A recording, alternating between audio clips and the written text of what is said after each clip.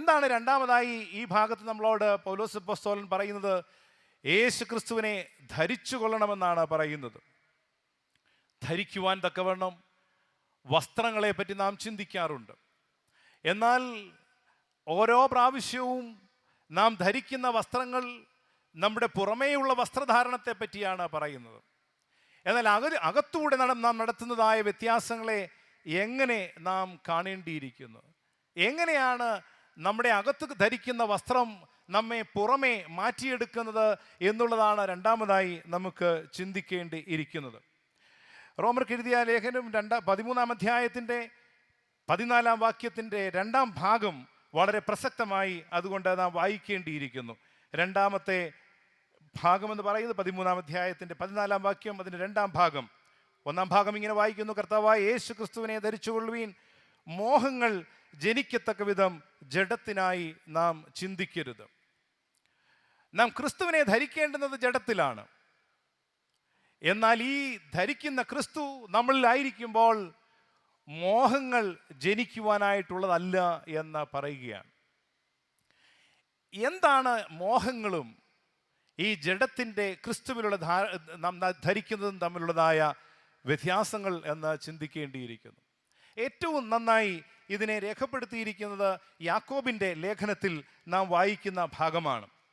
യാക്കോബ് ഇപ്രകാരം നമ്മളോട് ഈ ഭാഗം ഒരു പക്ഷേങ്കിൽ നമുക്ക് വിശദീകരിച്ച് പഠിക്കുവാനായി നൽകുന്നത് ഇങ്ങനെയാണ്: മോഹം ഗർഭം ധരിച്ച് പാപത്തെ പ്രസവിക്കുന്നുവെന്ന് യാക്കോബ് എഴുതിയ ലേഖനം 1 അധ്യായത്തിൻ്റെ 15 വാക്യം നമ്മെ സൂചിപ്പിക്കുകയാണ്. എന്താണ് ദൈവത്തെ ധരിക്കുമ്പോൾ അതിന് മറുപടിയായി ലോകത്തിന് കൊടുക്കേണ്ടുന്നത്? എന്താണ് മോഹത്തെ നാം ഗർഭം ധരിക്കുമ്പോൾ ലോകത്തിന് കൊടുക്കുന്നത് എന്നുള്ള ഈ വ്യത്യാസം നാം തിരിച്ചറിയേണ്ടുന്നത് വളരെ അത്യാവശ്യമാണ്. പൗലോസ് അപ്പോസ്തലൻ ശൗലായിരുന്നപ്പോൾ ലോകത്തിൻ്റെ മോഹത്തിന് വേണ്ടി താൻ മോഹത്തെ ഗർഭം ധരിക്കുകയും പാപത്തെ പ്രസവിച്ചു കൊണ്ടിരുന്ന മനുഷ്യനാണ്. എന്നാൽ അദ്ദേഹം ദൈവത്തോടെ ചേരുവാനായി ദൈവത്തിൻ്റെ വിളി ഉണ്ടായപ്പോൾ, ക്രിസ്തു അദ്ദേഹത്തെ പിടിച്ചപ്പോൾ അദ്ദേഹം എന്തായി മാറുന്നുവെന്ന് റോമർക്ക് എഴുതിയ ലേഖനം 11 അധ്യായം 33 മുതലുള്ള വാക്യങ്ങളിൽ നമ്മെ രേഖപ്പെടുത്തി കാണിച്ചു തന്നിരിക്കുന്നു. 11 അധ്യായത്തിൻ്റെ 33 മുതലുള്ള വാക്യങ്ങൾ ഇങ്ങനെയാണ് ദൈവത്തെ പിന്നീട് പൗലോസ് മനസ്സിലാക്കുന്നത്: ഹാ ദൈവത്തിൻ്റെ ധനം, ജ്ഞാനം, അറിവ് എന്നിവയുടെ ആഴമേ, അവൻ്റെ ന്യായവിധികൾ എത്ര അപ്രമേയവും അവൻ്റെ വഴികൾ എത്ര അഗോചരവുമാകുന്നു. കർത്താവിൻ്റെ മനസ്സ് അറിഞ്ഞവൻ ആരാകുന്നു? അവന് മന്ത്രിയായിരുന്നവൻ ആരാകുന്നു? അവന് വല്ലതും മുമ്പേ കൊടുത്തിട്ട് പ്രതിഫലം വാങ്ങുന്നവൻ ആരാകുന്നു?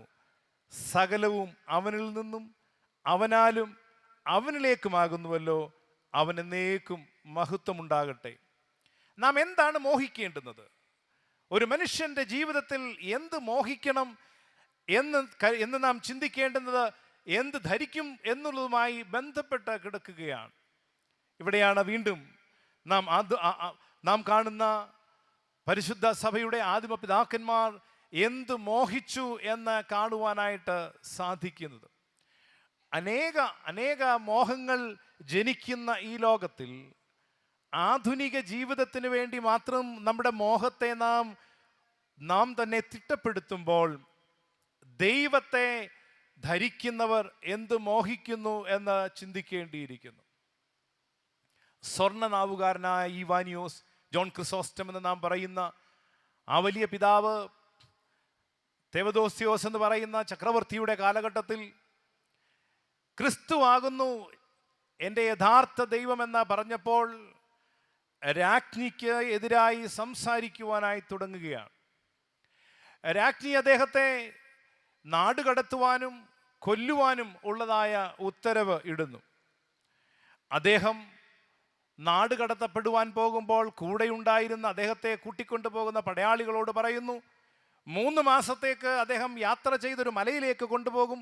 പോകുന്ന വഴിയിൽ വെള്ളം കൊടുക്കരുത്, പോകുന്ന വഴിയിൽ ഇരിക്കുവാൻ അനുവദിക്കരുത്, പോകുന്ന വഴിയിൽ കാലിൽ ചെരുപ്പിടുവാൻ അനുവദിക്കരുത്, പോകുന്ന വഴിയിൽ വസ്ത്രമിടുവാൻ പോലും അനുവദിക്കാതെ ഇദ്ദേഹം മുമ്പോട്ട് പോകണം. എന്തുകൊണ്ടെന്നാൽ രാജ്ഞിക്ക് എതിരായി സംസാരിച്ചത് എന്താണെന്നറിയുമോ? രാജ്ഞി പറഞ്ഞു, ഈ കാണുന്ന എൻ്റെ സാമ്രാജ്യത്തിൻ്റെ, ഞാനായിരിക്കുന്ന ഈ റോമൻ സാമ്രാജ്യത്തിൽ ഞാൻ എന്ത് പറയുന്നു അതാണ് ദൈവം, ഞാൻ എന്ത് കാണിക്കുന്നുവോ അതാണ് ദൈവത്തിൻ്റെ മാതൃക. എന്നാൽ വിപരീതമായി പറഞ്ഞ മോർ ഇവാനിയോസിനോട് അദ്ദേഹത്തിന് ലഭിച്ചതായ ജീവിതത്തിൻ്റെ വഴികളെ പിന്നീട് അദ്ദേഹം എഴുതി വെക്കുന്ന ഭാഗമുണ്ട്. എന്ന് പറഞ്ഞാൽ രാജ്ഞി അദ്ദേഹത്തോട് പോകുവാൻ കൽപ്പിച്ചപ്പോൾ അദ്ദേഹം പറയുന്ന ഭാഗത്തെ ഒരു പക്ഷെങ്കിൽ നാം ഒരുപാട് പ്രാവശ്യം കേട്ടിട്ടുണ്ടാകും. മോർ അഫ്രേമിൻ്റെ രാഗത്തിൽ വളരെ മനോഹരമായി അദ്ദേഹം പറയുന്ന ഒരു പാട്ട് നാം കേട്ടിട്ടുണ്ടല്ലോ. എന്നെ നാടുകടത്തട്ടെ തുണയ്ക്ക് കർത്താവുണ്ടങ്ങ്,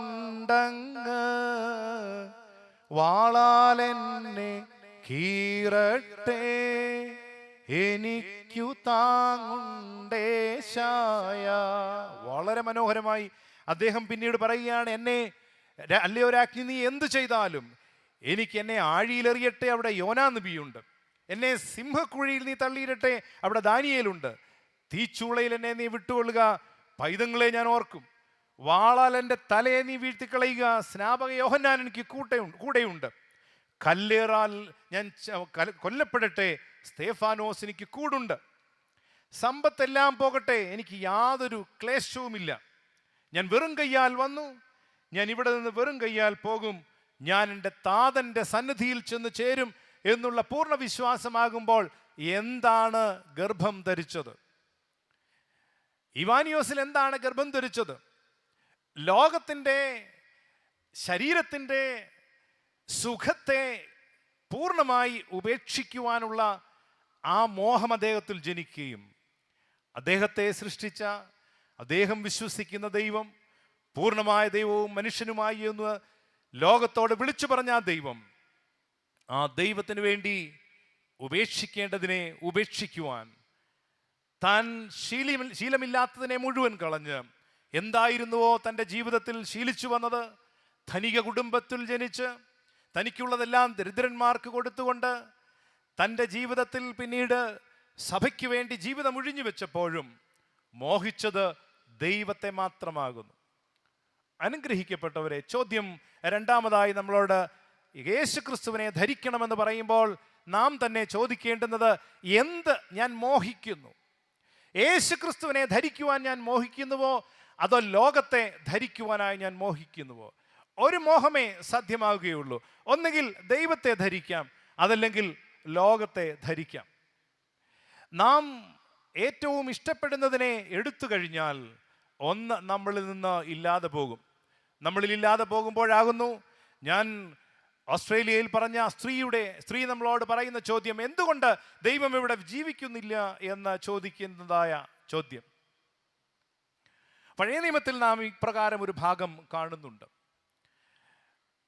ദാവീദ്, ഗോലിയാത്ത് എന്നിവരുടെ മല്ലയുദ്ധത്തിന് തുടങ്ങുകയാണ്.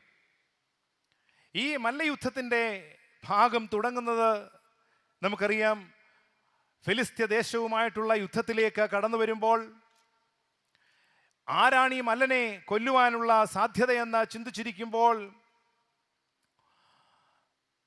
ഇശായിയുടെ ഏറ്റവും ഇളയ പുത്രനായ ദാവീദ് മൂത്ത 3 പുത്രന്മാരായിരുന്ന, തുടക്കത്തിൽ ഏലിയാബ് എന്ന് പറയുന്ന ഏറ്റവും മൂത്ത പുത്രനും അതിന് താഴെയുള്ള 2 പേരും ശൗലിൻ്റെ പടയാളികളായിരിക്കുമ്പോൾ അവർക്ക് കുറച്ച് പായസവുമായി പോകുന്ന മനുഷ്യനാണ്.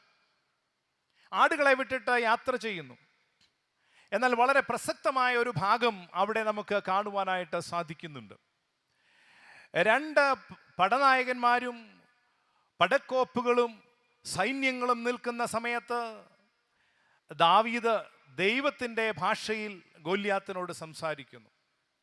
എന്നാൽ ശൗൽ വ്യത്യസ്തമായ ഒരു കാര്യം ദാവീദിനെ കൊണ്ട് ചെയ്യിപ്പിക്കുന്നുണ്ട്. ദാവീദ് മല്ലനായ ഗോലിയാത്തിനെ കൊല്ലാമെന്ന് പറഞ്ഞപ്പോൾ ശൗൽ ചിന്തിച്ചത്, ശൗൽ എങ്ങനെയാണോ ദാവീദിനെ കൊല്ലുവാൻ ആഗ്രഹിക്കുന്നത് അതുപോലെ കൊല്ലാമെന്നാണ് ചിന്തിച്ചത്. എന്നാൽ എന്താണ് ഇവിടെ സംഭവിക്കുന്നതെന്ന് 1 ശമൂവേൽ 17-ാം അധ്യായത്തിൻ്റെ 38-ാം വാക്യം മുതൽ നാം വായിക്കുന്നുണ്ട്. ശൗൽ തൻ്റെ പടയങ്കി ദാവീദിനെ ധരിപ്പിച്ച് അവൻ്റെ തലയിൽ താമ്രശിരവസ്ത്രം ധരിപ്പിച്ചു, തൻ്റെ കവചവും അവനെ ഇടുവിച്ചു, പടയെങ്കിമേൽ അവൻ്റെ വാളും കെട്ടി ദാവീദ് നടക്കുവാൻ നോക്കി. എന്നാൽ അവന് ശീലമില്ലായിരുന്നതിനാൽ ദാവീദ് ശൗലിനോട്, ഞാൻ ശീലിച്ചിട്ടില്ലാത്തതിനാൽ ഇവ ധരിച്ചും കൊണ്ട് നടക്കുവാൻ എനിക്ക് കഴിയുകയില്ല എന്ന് പറഞ്ഞു. ശീലമില്ലാത്തതിനെ ഉപേക്ഷിക്കുന്നതാണ്. പലതും ധരിക്കണമെന്ന് നാം ആഗ്രഹിക്കുമ്പോൾ എന്താണ് ധരിക്കേണ്ടുന്നത് എന്നുള്ള ബോധ്യമാണ്, തിരിച്ചറിവാണ് നമുക്ക് ഏറ്റവും അനിവാര്യമായിട്ടുള്ളത് എന്ന് ഓർമ്മിപ്പിക്കട്ടെ. ഞാൻ ഈ പന്തലിരിക്കുന്ന എല്ലാവരോടുമായ ഒരു ചോദ്യം ചോദിച്ചാൽ ഒരു പക്ഷേങ്കിൽ നമുക്ക് ആദ്യം ഉത്തരം നൽകിയിട്ടുള്ളത് കൊണ്ട് നാം പറയുമായിരിക്കും, നാം ക്രിസ്തുവിനെ ധരിച്ചവരാണോ ധരിക്കാത്തവരാണോ? യേശു ക്രിസ്തു ചോദിച്ച ചോദ്യം പോലെയാണ്. ഒന്ന് പറഞ്ഞാൽ കല്ലെറിയും, അല്ലെങ്കിൽ കല്ലെറിയാതിരിക്കും. നാം ക്രിസ്തുവിനെ ധരിച്ചവരാണോ? നാം ക്രിസ്തുവിനെ ധരിച്ചവരാണ് എന്ന് പറഞ്ഞാൽ പ്രശ്നമുണ്ട്. എന്തുകൊണ്ട് ആ വസ്ത്രം വെളിയിൽ കാണുന്നില്ല എന്ന് പറയും. ക്രിസ്തുവിനെ ധരിച്ചിട്ടില്ല എന്ന് പറഞ്ഞാൽ അഭിമന്യ പിതാവ് പറഞ്ഞ ഒരു കാര്യമുണ്ട്, സാത്താനെ ഉപേക്ഷിക്കുന്നു, ക്രിസ്തുവിനെ സ്വീകരിക്കുന്നു. ഈ ക്രിസ്തുവിനെ സ്വീകരിച്ചവരാണ് നാം. ഇവിടെ ഇരിക്കുന്ന 80-90 വയസ്സുള്ളവർ മുതൽ ഒരു പക്ഷേങ്കിൽ 3 മാസം പ്രായമുള്ളവർ തുടങ്ങി എല്ലാവരും ക്രിസ്തുവിനെ ധരിച്ചവരാണ്. എന്നാൽ ആ ക്രിസ്തു എവിടെ ഇപ്പോൾ എന്നുള്ള ചോദ്യം വളരെ അനിവാര്യമായിരിക്കുകയാണ്. എന്താണ് റോമ ലേഖനത്തിൽ റോമയിലെ ആളുകളോട് പൗലോസ് എഴുതുന്നതും ഇന്ന് ഇവിടെ കൂടിയിരിക്കുന്ന നാമും തമ്മിലുള്ള ബന്ധമെന്ന് ചോദിച്ചാൽ വളരെ വലിയ സാദൃശ്യമുണ്ട്.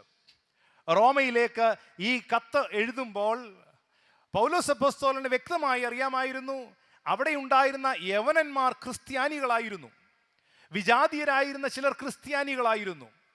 എന്നാൽ ആ ക്രിസ്തീയ ജീവിതത്തിലേക്ക് അവർ തിരികെ വരുമ്പോഴും അവർ ആയിരുന്നപ്പോഴും യഥാർത്ഥ ക്രിസ്തുവിനെ അവർ ധരിക്കുവാൻ സാധിക്കാതെ, അല്ലെങ്കിൽ യഥാർത്ഥ ക്രിസ്തുവിനെ തിരിച്ചറിയുവാൻ സാധിക്കാതെ അവർ ദൈവത്തിൻ്റെ വിശുദ്ധ ചിന്തകളെ കോട്ടിക്കളഞ്ഞുകൊണ്ടിരുന്നവരാണ്. എങ്ങനെയാണ് അത് നാം മനസ്സിലാക്കുന്നത് എന്നൊരു പക്ഷേങ്കിൽ ഇവിടെ നമുക്ക് വായിക്കേണ്ടിയിരിക്കുന്നു. റോമാസഭയ്ക്ക് എഴുതിയപ്പോൾ 1-ാമത്തെ അധ്യായത്തിൽ 21-ാമത്തെ വാക്യം ഇങ്ങനെ രേഖപ്പെടുത്തിയിട്ടുണ്ട്, അവർ ദൈവത്തെ അറിഞ്ഞിട്ടും അവനെ ദൈവമെന്ന് ഓർത്ത് മഹത്വപ്പെടുത്തുകയോ നന്ദി കാണിക്കുകയോ ചെയ്യാതെ തങ്ങളുടെ നിരൂപണങ്ങളിൽ വ്യർത്ഥമായി നിന്നു. അവരുടെ വിവേകമില്ലാത്ത ഹൃദയം ഇരുണ്ടുപോയി. ഓർത്തുകൊള്ളണേ, പത്രോസ് അപ്പോസ്തലന്റെ പ്രസംഗം കേട്ട്, അപ്പോസ്തല പ്രവൃത്തികൾ 2-ാം അധ്യായം, 3000 പേർ സഭയോട് ചേർന്നപ്പോൾ സ്നാനമേറ്റവരാണിവർ. ഇവരിൽ പലരും അന്ന് സ്നാനമേറ്റവരാണ്. എന്നാൽ ഇപ്പോഴോ പൗലോസ് അപ്പോസ്തലന് മനസ്സിലായിരിക്കുന്നു, അവർ ദൈവത്തെ അറിഞ്ഞിട്ടും അവനെ ദൈവമെന്ന് ഓർത്ത് മഹത്വപ്പെടുത്തുകയോ നന്ദി കാണിക്കുകയോ ചെയ്യാതെ തങ്ങളുടെ നിരൂപണങ്ങളിൽ വ്യർത്ഥരായി തീർന്നിരിക്കുന്നു. അവരുടെ വിവേകമില്ലാത്ത ഹൃദയം ഇരുണ്ടുപോയിരിക്കുന്നു. ജ്ഞാനികളെന്ന് പറഞ്ഞുകൊണ്ട് അവർ മൂഢരായി പോയിരിക്കുന്നു. അക്ഷയനായ ദൈവത്തിൻ്റെ തേജസ്സിനെ അവർ ക്ഷയമുള്ള മനുഷ്യർ, പക്ഷി, നാൽക്കാലി, ഇഴജാതി എന്നിവയുടെ രൂപ സാദൃശ്യമാക്കി മാറ്റിക്കളഞ്ഞിരിക്കുന്നു. മാമോദീസ മുങ്ങിയവരാണ്. അപ്പോൾ എന്താണ് റോമാസഭയും നാമും തമ്മിലുള്ള സാദൃശ്യം? ഒരു പക്ഷെങ്കിൽ നാം ചിന്തിക്കേണ്ടിയിരിക്കുന്നു. യേശു ക്രിസ്തുവിന് വേണ്ടി ഞാൻ ക്രിസ്തുവിനെ ധരിച്ചിരിക്കുന്നു എന്ന് മാമോദീസായിലൂടെ മുങ്ങിയവരാണ്. 3-ാം നൂറ്റാണ്ടിൽ അപ്പോസ്തലന്മാരുടെ പാരമ്പര്യം എന്ന് പറയുന്ന ഒരു പുസ്തകമുണ്ട്, എഴുതപ്പെട്ട പുസ്തകമുണ്ട്. ഈ അപ്പോസ്തലന്മാരുടെ പാരമ്പര്യം എന്ന് പറയുന്ന പുസ്തകത്തിൽ ഇപ്രകാരമാണ് രേഖപ്പെടുത്തിയിരിക്കുന്നത്, ഒരുവൻ ക്രിസ്ത്യാനിയാകുവാൻ ആഗ്രഹിച്ചാൽ അവൻ 3 വർഷം ക്രിസ്തീയ പഠനങ്ങൾ നടത്തണം, കാറ്റക്കിസം. ഈ 3 വർഷം പഠനം നടത്തുമ്പോൾ ചില ജോലികൾ ചെയ്യുന്നവർ അവനെ ക്രിസ്ത്യാനിയാക്കുവാൻ സാധിക്കുകയില്ലായിരുന്നു. സമൂഹത്തിൽ പ്രത്യേകിച്ച് മനുഷ്യ ജീവിതത്തിന് വികൃതമായി നിൽക്കുന്ന യാതൊരു ജോലി ചെയ്യുന്നവരെയും ക്രിസ്തീയ സഭയിലേക്ക് വരുവാൻ അല്ലെങ്കിൽ മാമോദീസയിലേക്ക് കൊണ്ടുവരുവാൻ ഇടവരികയില്ലായിരുന്നു. അപ്പോഴൊരു ചോദ്യമുണ്ട്, എങ്ങനെയാണ് പിന്നെ ക്രിസ്ത്യാനികളായി മാറുന്നത്? അന്നുള്ള പിതാക്കന്മാർ എഴുതി വെച്ചു, അപ്പോസ്തലന്മാരുടെ പാരമ്പര്യത്തിൽ എഴുതിയിട്ടുണ്ട്, നീ ക്രിസ്ത്യാനി ആയിക്കഴിഞ്ഞാൽ ദൈവത്തിൻ്റെ രൂപത്തിനും സാദൃശ്യത്തിനും വിപരീതമായി നിൽക്കുന്ന യാതൊന്നിലേക്കും തിരികെ പോവുകയില്ല എന്നുള്ള പ്രതിജ്ഞ എടുത്താൽ നിന്നെ മാമോദീസ മുക്കും. 3-ാം നൂറ്റാണ്ട് കഴിയുമ്പോഴാണ് സംഭവിക്കുന്നത്. ഇത് 1-ാം നൂറ്റാണ്ടിൽ തന്നെ നാം കാണുകയാണ്. യവനന്മാരും മറ്റ് ജാതികളിൽ നിന്നും മാമോദീസായേറ്റ ക്രിസ്ത്യാനികളായിരുന്ന റോമയിലെ ആളുകൾ അവർ ദൈവത്തെ അറിഞ്ഞിട്ടും അവനെ ദൈവമെന്ന് ഓർത്ത് മഹത്വപ്പെടുത്തുകയോ നന്ദി കാണിക്കുകയോ ചെയ്തിട്ടില്ല എന്ന് ഓർപ്പിക്കുക. അപ്പോൾ നമുക്കൊരു ചോദ്യം ഇനിയും നമ്മുടെ മുമ്പിൽ ബാക്കി നിൽക്കുകയാണ്. നമ്മൾ ആരെയാ സ്വീകരിച്ചിരിക്കുന്നത്? നമ്മൾ മശിഹായെ സ്വീകരിച്ചവരാണ്. മശിഹായെ സ്വീകരിച്ചിട്ടും എന്തുകൊണ്ടാണ് മശിഹ ജീവിക്കാതെ പോകുന്നത്? നിങ്ങൾക്കറിയാം, നമുക്ക് എല്ലാവർക്കും അറിയാം, ഡിമെൻഷ്യ എന്ന് പറയുന്ന ഒരു രോഗമുണ്ട്. അറിയാമോ എന്താണത്? ഡിമെൻഷ്യ എന്ന് പറഞ്ഞാൽ എന്താണ്? അറിയില്ലേ? ഓർമ്മക്കുറവ്. നമ്മളങ്ങ് മറന്നു പോവുക നമ്മൾ ക്രിസ്ത്യാനികളാണെന്നുള്ള കാര്യം. പലപ്പോഴും നാം മറന്നു പോകുന്നു. മാമോദീസായിലേറ്റ ക്രിസ്തു എന്നിലുണ്ട് എന്നുള്ളത് മറന്നു പോകുന്നു. വീണ്ടും മാബുക്കിലെ ഫീലക്സിനോസിലേക്ക് നമുക്ക് വരാം. അദ്ദേഹം എഴുതിയ ഒരു എഴുത്ത്, അദ്ദേഹം ഒരാൾക്കൊരു എഴുത്തെഴുതുകയാണ്. മാബുക്കിലെ ഫീലക്സിനോസ് പിതാവിനോട് ചോദിച്ചു, പിതാവേ, മാമോദീസ മുങ്ങിക്കഴിഞ്ഞാൽ, പരിശുദ്ധാത്മാവിനെ ഏറ്റുകഴിഞ്ഞാൽ അവൻ ലോകത്തിൻ്റെ വികൃതികളിലേക്ക് പോയാൽ അവൻ പിന്നീട് അവൻ്റെ ജീവിതത്തിലെ ആത്മാവ് നഷ്ടപ്പെട്ടു പോകുമോ? പിതാവ് കൃത്യമായി എഴുത്തിൽ എഴുതുകയാണ്, ഒരിക്കലുമില്ല. ഒരിക്കൽ പരിശുദ്ധാത്മാവിനെ നൽകിയെങ്കിൽ പരിശുദ്ധാത്മാവ് ഉണ്ടാകും, എന്നാൽ ഓർമ്മക്കേട് സംഭവിക്കും. എന്താ ഓർമ്മക്കേട്? ദൈവത്തിൻ്റെ ആത്മാവിൽ എനിക്ക് ജീവിക്കുവാൻ സാധിക്കാത്ത ചില ഓർമ്മക്കേട്. ഡിമെൻഷ്യ വന്നിട്ടുള്ള ആളുകൾ ഭവനങ്ങളിൽ ഉണ്ടെങ്കിൽ അറിയാം, അവർ ചെയ്യുന്നത് എന്താണെന്ന് ഒരു പക്ഷേങ്കിൽ അറിയുകയില്ല. ചിലപ്പോൾ ഒരുപാട് ഭക്ഷണം കഴിക്കും, ചിലപ്പോൾ കിടക്കേണ്ടിടത്ത് കിടക്കുകയില്ല, ചിലപ്പോൾ ഇരിക്കേണ്ടിടത്ത് ഇരിക്കുകയില്ല. ക്രിസ്തീയ ജീവിതത്തിൽ വിളിച്ച വിളിക്ക് ഒത്തവണ്ണം കിടക്കാത്തിടത്ത് കിടക്കുകയും ഇരിക്കാത്തിടത്ത് ഇരിക്കുകയും ചെയ്യുമ്പോൾ എന്താണ് നാമും റോമ ജനവും തമ്മിലുള്ള സാദൃശ്യം? അവർ മൂഢരായി പോയിരിക്കുന്നു. അക്ഷയനായ ദൈവത്തിൻ്റെ തേജസ്സിനെ അവർ ക്ഷയമുള്ള മനുഷ്യൻ, പക്ഷി, നാൽക്കാലി, ഇഴജാതി എന്നിവയുടെ രൂപസാദൃശ്യങ്ങളാക്കി കളഞ്ഞിരിക്കുന്നു. പക്ഷികൾ എന്ന് പറഞ്ഞാൽ എന്താ? അതെപ്പോൾ എഴുന്നേക്കുന്നു? എഴുന്നേറ്റ് ഇങ്ങനെ പറന്നങ്ങ് പോവുകയാണ്. എവിടെ പറക്കുന്നു എന്നുള്ളത് അത് കൂടുതൽ ശ്രദ്ധിക്കുന്നില്ല. നാൽക്കാലി എഴുന്നേറ്റ് പോകുന്നു, അത് ആരോടും യാതൊരു പ്രതിബദ്ധതയുമില്ല.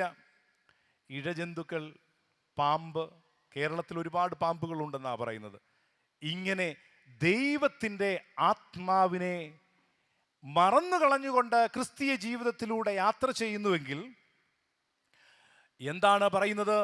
ദൈവത്തെ ധരിപ്പാനായി സാധ്യമല്ലാതായി തീരുന്നു. ദൈവത്തെ ധരിക്കുന്നവർ അവൻ പൂർണ്ണമായി ദൈവത്തിന് അനുരൂപമായി ജീവിക്കുവാനായി അവൻ വേർതിരിക്കപ്പെട്ടവനാണ്.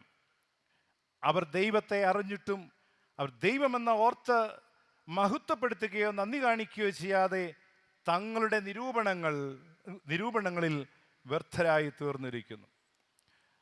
ഇന്നത്തെ ഒരു സമൂഹത്തിൽ നാം ജീവിക്കുമ്പോൾ അനേകരും സ്വന്തമായി തീരുമാനമെടുക്കുകയാണ്. ചിലർ പറയാറുണ്ട്, എൻ്റെ കോൺഷ്യസ്നസ് ഇങ്ങനെ പറയുന്നു, എൻ്റെ മനസ്സ് പറയുന്നു കുഴപ്പമില്ല എന്ന്. എൻ്റെ മനസ്സിനനുസരിച്ച് ഞാൻ അങ്ങ് ചെയ്യുകയാണ്. ഞാൻ നോക്കുന്നത് അവസാനം ഞാൻ എന്തെങ്കിലുമൊക്കെ കുറച്ച് നന്മകൾ ചെയ്യുന്നുണ്ടോ എന്നുള്ളതാണ്. മാർഗത്തെ പറ്റി ഞാൻ അത്ര അസ്വസ്ഥനല്ല, എൻ്റെ ലക്ഷ്യത്തെ പറ്റിയാണ് ഞാൻ അസ്വസ്ഥനായിരിക്കുന്നത്. എന്തുകൊണ്ടാണെന്നറിയാമോ? ഞാൻ ആദ്യം പറഞ്ഞത് ഓർക്കുമല്ലോ, എൻ്റെ ലക്ഷ്യം സ്വർഗമെന്ന് മാത്രം ഞാൻ ചിന്തിക്കുമ്പോൾ ഈ മാർഗം ഞാൻ എന്തിനു വേണ്ടി ആഗ്രഹിക്കുന്നു? ഈ മാർഗത്തിൽ എന്തും ചെയ്യാമല്ലോ. അനുഗ്രഹിക്കപ്പെട്ടവരെ, ഈ വിശുദ്ധ ഗ്രന്ഥം നാം വായിച്ചാൽ മാർഗവും ലക്ഷ്യവും ഒരുപോലെ ദൈവനീതിയിലില്ലെങ്കിൽ ദൈവചൈതന്യത്തിൽ ചെന്നെത്തുവാനായി നമുക്ക് സാധിക്കുകയില്ല. 106-ാം സങ്കീർത്തനത്തിൻ്റെ 3-ാമത്തെ വാക്യം വായിച്ചാൽ നാം കാണുന്ന ഒരു ഭാഗമുണ്ട്. 106-ാമത്തെ സങ്കീർത്തനം അതിൻ്റെ 3-ാമത്തെ വാക്യം ഇങ്ങനെ പറയുന്നു: ന്യായം പ്രവർത്തിക്കുന്നവരും എല്ലായ്പ്പോഴും നീതി പ്രവർത്തിക്കുന്നവരും അനുഗ്രഹീതരാകുന്നു. കുറച്ച് സമയം എങ്ങനെയെങ്കിലും ചെയ്യാം, ചെയ്യുന്ന ജോലികൾ എങ്ങനെയെങ്കിലും ചെയ്യാം, ഉണ്ടാക്കുന്ന മാർഗങ്ങൾ, സാമ്പത്തിക മാർഗങ്ങൾ ഏതെങ്കിലും രീതിയിൽ ചെയ്യാം. അവസാനം എന്തെങ്കിലും കുറേ നന്മകൾ ചെയ്താൽ ദൈവത്തിൻ്റെ നന്മയിലേക്ക് കടക്കാൻ സാധിക്കുമെന്ന് പറഞ്ഞാൽ ഒരുപക്ഷെങ്കിൽ ഈ വചനം അതിന് അനുസരണമായി നമുക്ക് കൂടെ നിൽക്കുകയില്ല. എന്തുകൊണ്ടെന്നാൽ ക്രിസ്തു നമ്മെ പഠിപ്പിക്കുന്നു, ദൈവത്തെ ധരിക്കുന്നവൻ അവൻ എല്ലായ്പ്പോഴും ദൈവത്തെ ധരിച്ചുകൊണ്ട് ജീവിക്കുന്നവനായിരിക്കണം. ദൈവത്തിലല്ലാതെ അവന് ജീവിക്കുവാനായിട്ട് സാധിക്കുകയില്ല എന്ന് ഓർത്തുകൊള്ളണം. അവന് മാത്രമേ എപ്പോഴും എന്നും ദൈവത്തോടൊപ്പം ചേർന്ന് നിൽക്കുവാനായിട്ട് സാധിക്കുകയുള്ളൂ. എന്തുകൊണ്ടാണ് നാം ഈ ദൈവത്തെ ധരിക്കുമ്പോഴും ധരിച്ചപ്പോഴും വീണ്ടും വീണ്ടും ഈ ലോകത്തിൻ്റെ ആഗ്രഹങ്ങളിലേക്ക് പോകുന്നത്? ഞാൻ ഓർമ്മിപ്പിച്ചുവല്ലോ, 13-ാമത്തെ വാക്യത്തിൻ്റെ 14-ാം ഭാഗം 2-ാമത്തെ ഭാഗം, മോഹം ജഡം ധരിക്കുന്നു. നാം ആയിരിക്കുന്ന ലോകം നമുക്ക് ഒരു പക്ഷേങ്കിൽ നാം ചിന്തിക്കാറുണ്ട് ലോകം പൂർണ്ണമായി പാപമാണ് എന്ന്. വേദം നമ്മെ പഠിപ്പിക്കുന്നത് ദൈവം സ്നേഹിച്ച ഒരു ലോകമാണ്. യോഹന്നാന്റെ സുവിശേഷം 3-ാം അധ്യായത്തിൽ നാം പഠിക്കുന്നുവല്ലോ, ദൈവം ലോകത്തെ സ്നേഹിച്ചിട്ടുണ്ട്, പക്ഷെ ദൈവം വെറുക്കുന്നത് ലോകത്തിലെ പാപമാണ്. നാം മോഹിക്കുന്നത് ലോകത്തിൻ്റെ പാപത്തെയാണ്. എന്തുകൊണ്ടെന്നാൽ ദൈവത്തെ ധരിക്കുവാനായി നമുക്ക് സാധിക്കുന്നില്ല എന്നുള്ളതാണ്.